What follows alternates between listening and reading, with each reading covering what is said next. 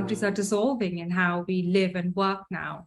And I think that the furniture pieces that we now have in our workspaces are pretty similar to the furniture pieces that we are used to living with, and vice versa, I think. So I think that as the boundaries between work and life and hospitality and all the other kind of things we do, merge, I think the furniture pieces in some ways become more universal in their application. Yeah, I think we've noticed there's less differentiation between, for example, a sofa that's designed for a workspace and one that's designed for a residential space.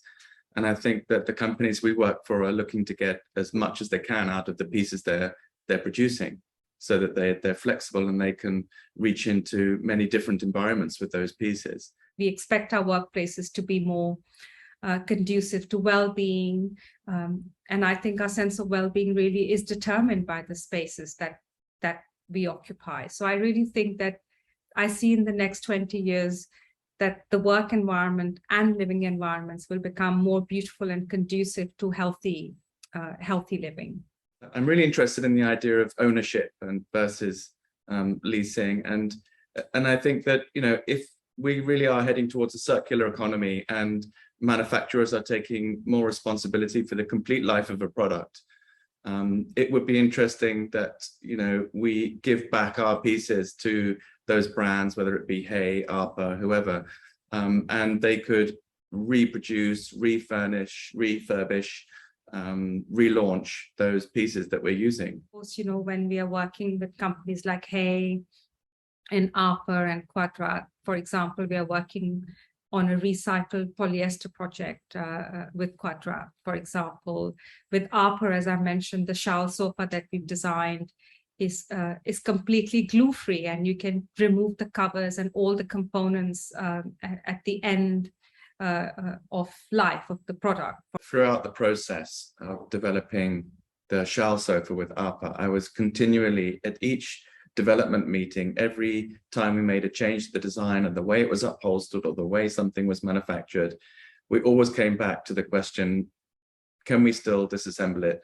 Does it stay true to our idea of being able to separate all the components? And I think often we talk about sustainability just in relation to the environment, but we often talk about sustainability is also about sustaining skills in a region, for example, because there are many craftspeople in places like Italy, Spain, Denmark, who have the know-how of how to make things. And I really love the fact that we work with companies that are very rooted in their culture of craftsmanship and making. I really feel that an environment that is rich in materiality and color is definitely more fun and experimental. And I think that I would say to architects to use more colors and textiles in the projects, and also to mix and match things. I think to really be experimental in the kind of pieces that they incorporate. And I'm talking about architects that specify 300 chairs in a building. And I think what I see is that, even now, some of the classics from, the 1950s and 60s seem to be, the go-to pieces. But I think there's so many other new designs that I feel are more representative of the time that we live in. And I would say use some more contemporary pieces from now. Nipa and I have designed so many pieces, objects, furniture, lighting, that it just feels to me like a natural next step to create an environment, a complete environment, which expresses our kind of, view on the world.